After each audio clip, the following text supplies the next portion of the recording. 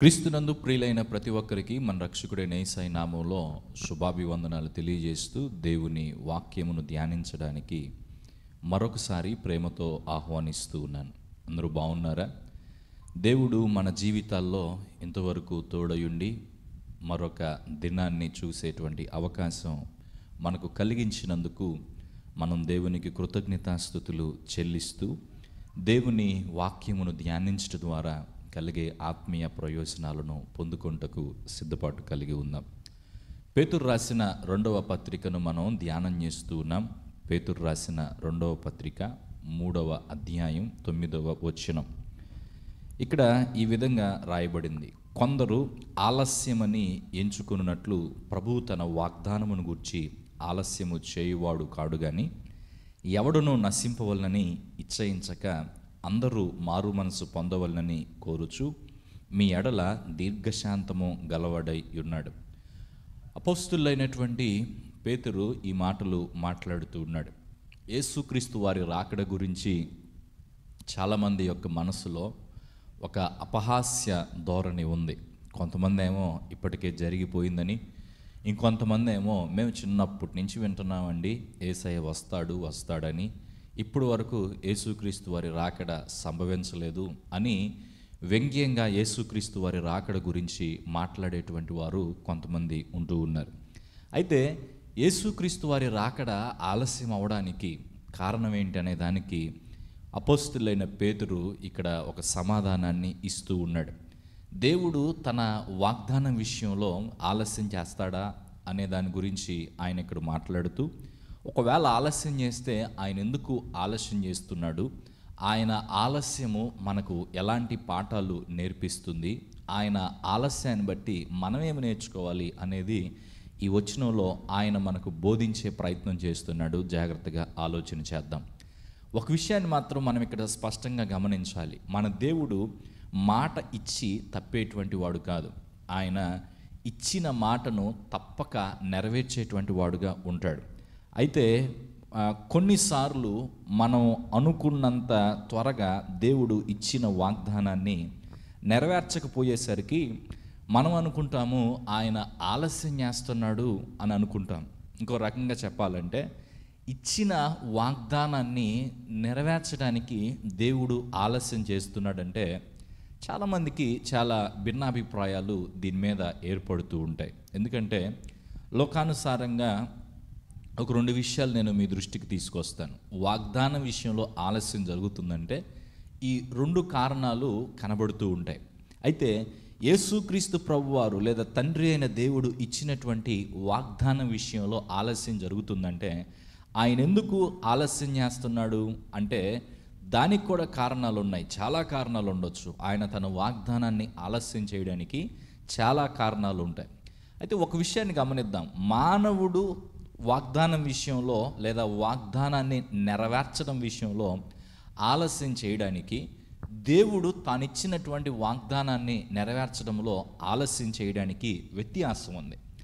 మానవుడు తానిచ్చినటువంటి వాగ్దానం విషయంలో ఆలస్యం చేస్తున్నాడంటే, ఆ వాగ్దానాన్ని నెరవేర్చడంలో ఆలస్యం చేస్తున్నాడనంటే ఆ వాగ్దానాన్ని నెరవేర్చకుండా, ఇచ్చినటువంటి మాటను నెరవేర్చకుండా తప్పించుకోవటానికి ప్రయత్నం చేస్తున్నాడు, లేదా తప్పించుకోవాలన్న ఉద్దేశం కలిగి, ఆ మాట తప్పాలన్నటువంటి ఉద్దేశం కలిగి ఆయన తనిచ్చినటువంటి వాగ్దానం విషయంలో ఒక మనిషి ఆలస్యం చేస్తున్నాడనే సంగతి మనం గ్రహించాలి. సాధారణంగా ప్రభుత్వాలు అవలంబించేటువంటి ధోరణి ఈ విధంగా ఉంటుంది. వాగ్దానాలు చేస్తారు. వారు వాగ్దానాలు చేసిన తర్వాత కొన్నిటిని నెరవేరుస్తారు, కొన్నిటిని నెరవేర్చాలనే ఉద్దేశం కొన్ని ప్రభుత్వాలకు ఉండదు.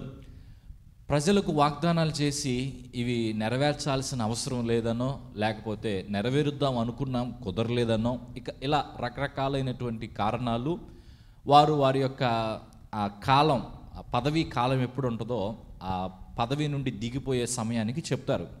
కానీ వాస్తవానికి వారు ఆ వాగ్దానాలు నెరవేర్చకుండా కమిటీల పేరుతో కాలయాపన చేసేటువంటి వారుగా ఉంటారు.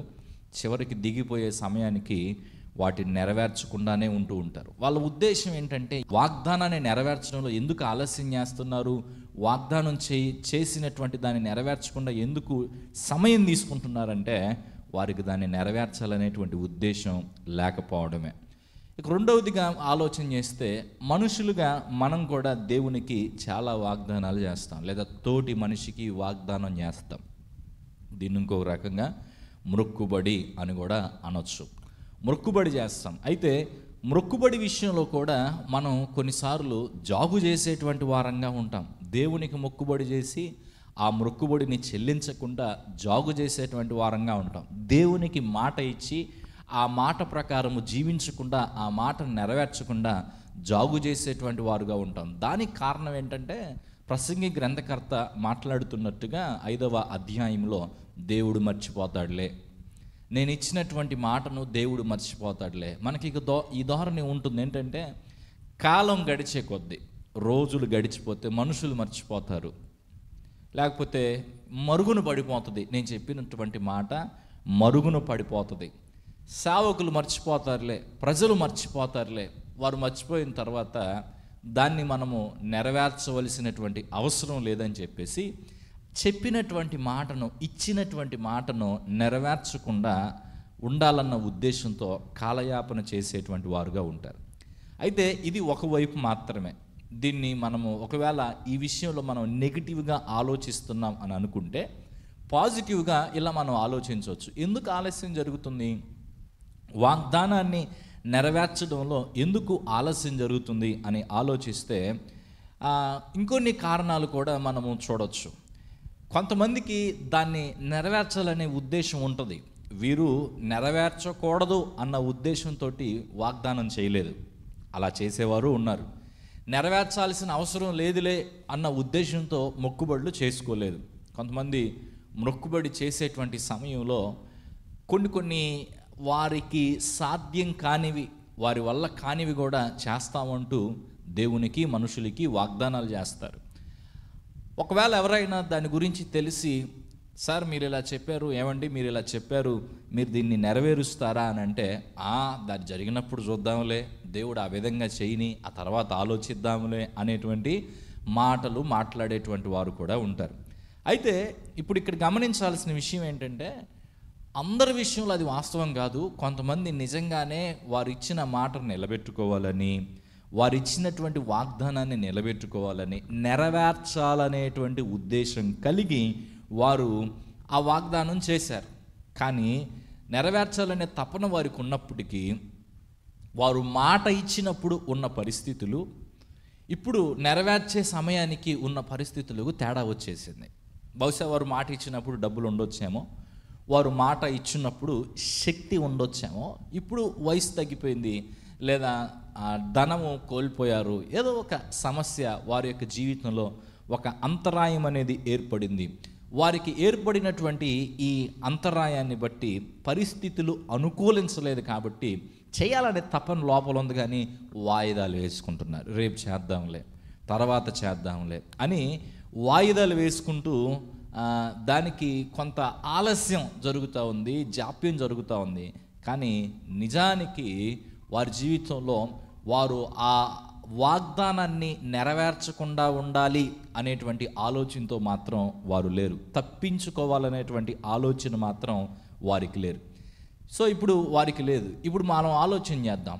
దేవునికి ఉన్నటువంటి ఆలోచన, మనుషులకు ఉన్నటువంటి ఆలోచన, వాగ్దానం విషయంలో దేవుడు ఆలోచిస్తున్నటువంటి విధానము, మనుషులు ఆలోచిస్తున్నటువంటి విధానం గురించి చూస్తే, దేవుడు వాగ్దానం విషయంలో మాట తప్పేవాడు కాదు. మనుషులు మాట తప్పాలన్న ఉద్దేశంతో వాగ్దానాలు చేయొచ్చు. కొన్నిసార్లు మంచి ఉద్దేశంతో వాగ్దానాలు చేసినా ఆ వాగ్దానాలను నెరవేర్చలేని స్థితిలోనికి వారి జీవితాలు మారిపోవచ్చు. కానీ దేవుని విషయంలో మనం ఆలోచన చేస్తే, నెరవేర్చకూడదు అన్న ఉద్దేశంతో దేవుడు ఎప్పుడు ఏ వాగ్దానం చేయడు. ఆయనకు నెరవేర్చాలనే ఉద్దేశం లేకపోతే అసలు ఎప్పుడు ఆయన వాగ్దానం ఇవ్వడు. నెరవేర్చలేని వాగ్దానాలు దేవుడు ఎప్పుడు చేయడు. తన శక్తికి మించినటువంటి వాగ్దానాలు ఏవి లేవు. దేవుడు ఏదైనా చేయగలడు కనుక ఆయన ఇచ్చిన ప్రతి వాగ్దానము నెరవేరుతుంది. కాలాలు మారిపోతున్న, సమయము గడిచిపోతున్న దేవుడు తన వాగ్దానాన్ని ఎప్పటికైనా నెరవేర్చగలిగినటువంటి శక్తిమంతుడై ఉన్నాడు. సో అలాంటప్పుడు దేవునికి నెరవేర్చాలనే ఉద్దేశం స్పష్టంగా ఉంది, కానీ నెరవేర్చడంలో జాప్యం జరుగుతుంది. ఎందుకు జాప్యం జరుగుతుంది? మరి ముఖ్యంగా ఇక్కడ అపోస్తులైన పేతురు గారు మాట్లాడిన మాటలు చూస్తే ఆయన అంటున్నాడు, యేసుక్రీస్తు వారు ఈ లోకము నుండి పరలోకమునకు ఎక్కిపోవటానికంటే ముందుగానే ఆయన మరలా వస్తాననేటువంటి మాటలు చెప్పాడు. యేసుక్రీస్తు వారి యొక్క రాకడను గూర్చిన, రెండవ రాకడను గూర్చినటువంటి వాగ్దానం మనకుంది, కానీ ఆ వాగ్దానం అనేది ఇప్పటికింకా నెరవేరలేదు. ఆదిమ సంఘము యేసుక్రీస్తు వారు చాలా త్వరగా తిరిగి వస్తాడన్న ఉద్దేశంతో ఆస్తులన్నీ అమ్మేసుకొని ఉన్నదంతా సమిష్టిగా ఉంచుకొని దేవుని రాజ్య సువార్త ప్రపంచమంతా తెలియపరచబడాలని చాలా విరివిగా ప్రయాసపడి దేవుని మాటలను ప్రచురించారు, అనేకమైన సంఘాలను స్థాపించారు, ఆత్మీయ జీవితంలోనికి అనేక మందిని నడిపించేటువంటి ప్రయత్నం చేశారు. అయితే కాలం గడిచిపోతున్నప్పటికీ యేసుక్రీస్తు వారు చెప్పినటువంటి మాట, బహుశా వాళ్ళు అనుకున్నారు, ఆ దినాల్లో ఉన్నటువంటి పౌలు గారు కానీ ఆదిమ క్రైస్తవులు అనుకున్నారు, మరొక 10 ఇయర్స్లో లేదా 15 ఇయర్స్లో యేసుక్రీస్తు వారి రాకడ సంభవిస్తుంది అని వారు భావించారు. కానీ సంవత్సరాలు గడుస్తున్నాయి, ఇప్పటికీ 2000 సంవత్సరాలు గడుస్తున్నాయి. దేవుడు తన యొక్క వాగ్దానం విషయంలో, అనగా తిరిగి వస్తాడనేటువంటి వాగ్దానం విషయంలో ఇంకా నెరవేర్పులోనికి రాలేదు. దీన్ని బట్టి కొంతమంది అసలు ఇంకా యేసయ్య రాడలే, ఏదో ఆయన అటు చెప్పాడు అని కొంతమంది, లేకపోతే వస్తే వస్తాడేమో కానీ ఇప్పుడు ఎందుకు వస్తాడు, మన కాలంలో వస్తాడా అని ఇంకొంతమంది, దేవుని యొక్క వాగ్దానం గురించినటువంటి నమ్మకం లేక, వాగ్దానాన్ని ఖచ్చితంగా ఆయన నెరవేరుస్తాడు అనేటువంటి నమ్మకం లేక వారు ప్రవర్తించేటువంటి ప్రవర్తనలో మరొక రకంగా మారిపోతూ ఉన్నారు. ఇప్పుడు బాగా గమనించాలి, వాగ్దానము ఆలస్యమైతే, లేదా దేవుడిచ్చినటువంటి వాగ్దానం యొక్క నెరవేర్పు ఆలస్యమైతే మనం జాగ్రత్తగా ప్రవర్తించాలి. దేవుడిచ్చిన మాట ప్రకారంగా వెంటనే జరగకపోతే ఇక జరగదని అనుకోకూడదు, లేకపోతే అలా జరగలేదు కాబట్టి ఇంకేదో చేద్దాం అనేటువంటి ఆలోచనలు మనలో రాకూడదు. ఒక సందర్భంలో సమూయేలు ప్రవక్త సౌలు రాజుకు ఈ మాట చెప్తాడు, నేను పలానా సమయంలో నిన్ను కలుసుకుంటాను, నేను వచ్చి బలి అర్పిస్తాను అని అంటాడు. సమూయేలు చెప్పిన సమయానికి రాలేకపోయాడు, ఏదో ఆలస్యం జరిగింది. ఈ లోపల ప్రజలు తొందర పెడుతూ ఉండగా వాగ్దానం విషయంలో సమూయేలు ఆలస్యం చేశాడు కాబట్టి సౌలు వెంటనే యాజకుడికి చేయాల్సినటువంటి పని, ప్రవక్త చేయాల్సినటువంటి పని ఈయన చేయటానికి ముందుకు వచ్చాడు. ఈయన సమూయేలు స్థానాన్ని తీసుకొని బలర్పించేటువంటి ప్రయత్నం చేశాడు. సో వాగ్దానము ఆలస్యం అవుతున్నప్పుడు మనము అక్రమంగా ప్రవర్తించడానికి ఏమాత్రము తీర్మానము చేయకూడదు, నిర్ణయాలు చేయకూడదు, ఆలోచన చేయకూడదు. సో మనం గమనించాల్సిన విషయం ఏంటంటే, యేసయ్య ఎందుకు ఈ యొక్క రాకడ విషయంలో ఆలస్యం చేస్తున్నాడు. మనము యేసుక్రీస్తు వారి రాకడను ఎంతో ఎక్కువగా అపేక్షిస్తూ ఉంటాం. అందరూ ఆలోచన చేయండి, యేసుక్రీస్తు వారు త్వరగా రావాలని అపేక్షించేటువంటి ప్రతి ఒక్కరూ దీన్ని గ్రహించాలి.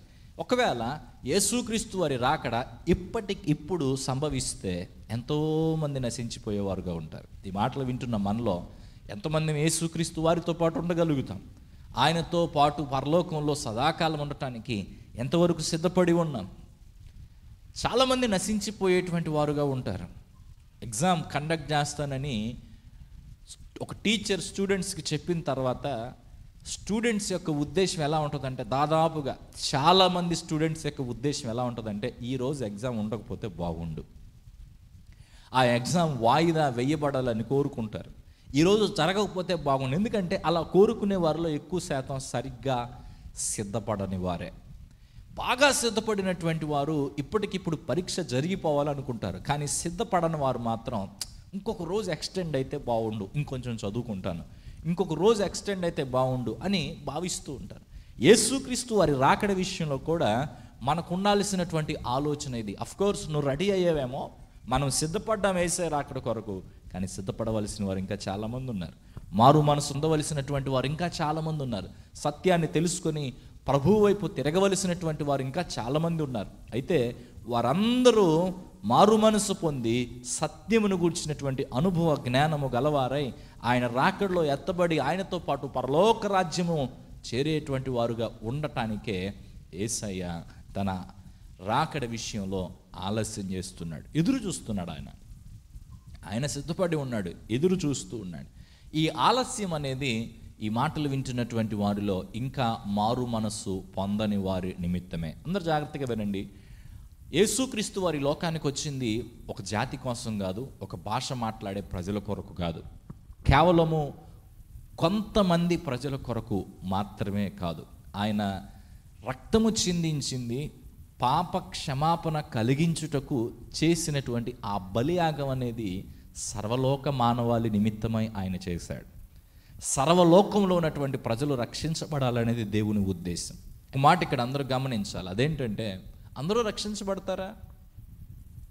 దేవుని ఉద్దేశం అందరూ రక్షించబడాలని. కానీ మనిషికి దేవుడు ఫ్రీ విల్ అనేది ఇచ్చాడు. ఈ ఫ్రీ విల్ని బట్టి ఏ వ్యక్తి రక్షణ పొందుతాడో, ఏ వ్యక్తి రక్షణ పొందడో అనేది మనిషికి దేవుడు విడిచిపెట్టాడు.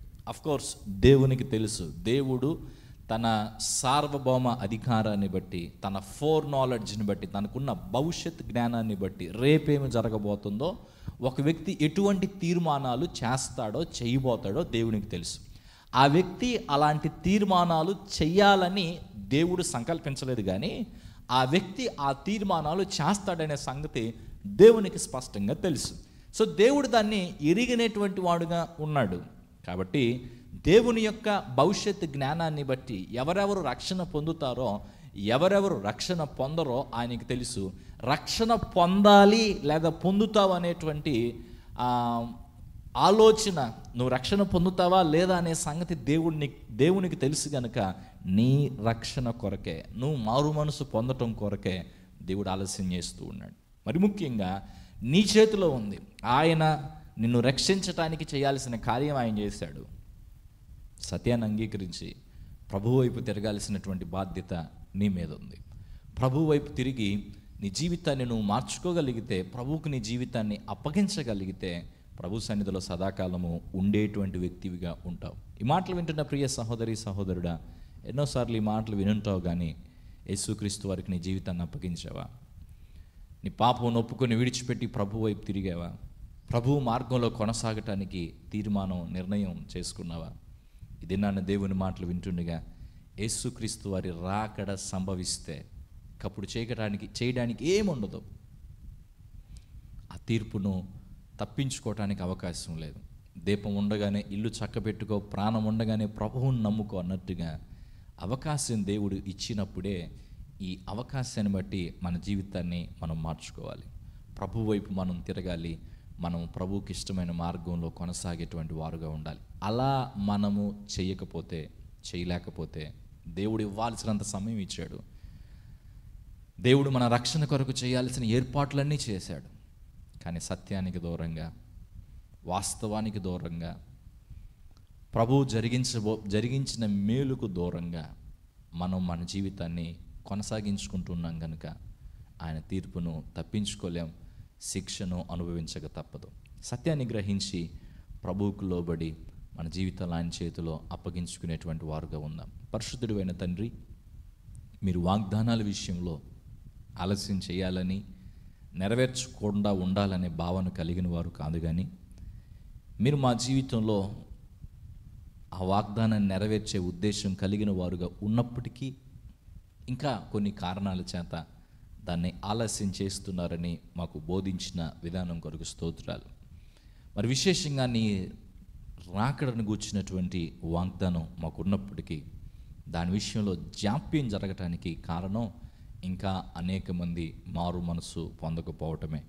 అందరూ అంతటా మారు మనసు పొందాలన్న ఆలోచన కలిగినటువంటి వ్యక్తివై మమ్మలను ప్రభువా మారు మనసు పొందటానికి ప్రేరేపిస్తూ మా కొరకు జాప్యం చేస్తున్నావు, ఆలస్యం చేస్తున్నావు. అందును బట్టి నేను స్తుతిస్తున్నాం. ఇది అర్థం కాని చాలామంది మీ రాకడి విషయంలో వేరే ఆలోచనలు చేసుకుంటూ అక్రమంగా జీవిస్తూ నిత్య నరకానికి బాటలు వేసుకునేటువంటి వారుగా కాక, సత్యాన్ని గ్రహించి మీ వైపు తిరిగి వారి జీవితాలను మార్చుకుని నీ మార్గంలో కొనసాగుటకు తీర్మానం చేసుకునే వారికి ఉండటానికి సహాయం చేయండి. మరి విశేషంగా నీ రాకడ కొరకై కనిపెడుతున్నటువంటి మేమందరము నీ రాకడ కొరకు మరింతగా మమ్మల్ని మేము సిద్ధపరచుకుంటూ, ఇంకా ఎవరైతే సిద్ధపడలేదో, సిద్ధపడని వారి కొరకు ఆలస్యం జరుగుతుంది కనుక వారిని సిద్ధపరచడానికి పాటుపడే వారంగా ఉండుటకు సహాయం చేయమని ప్రార్థన చేస్తూ ఉన్నాం. ఈ మాటలు విన్నటువంటి ప్రతి వ్యక్తి యొక్క జీవితంలో మీరు సంకల్పించిన మీ ఉద్దేశాలు నెరవేర్చబడినట్లు కృప చూపమని యేసయ్య నామములో ప్రార్థిస్తున్నాం తండ్రి. ఆమేన్.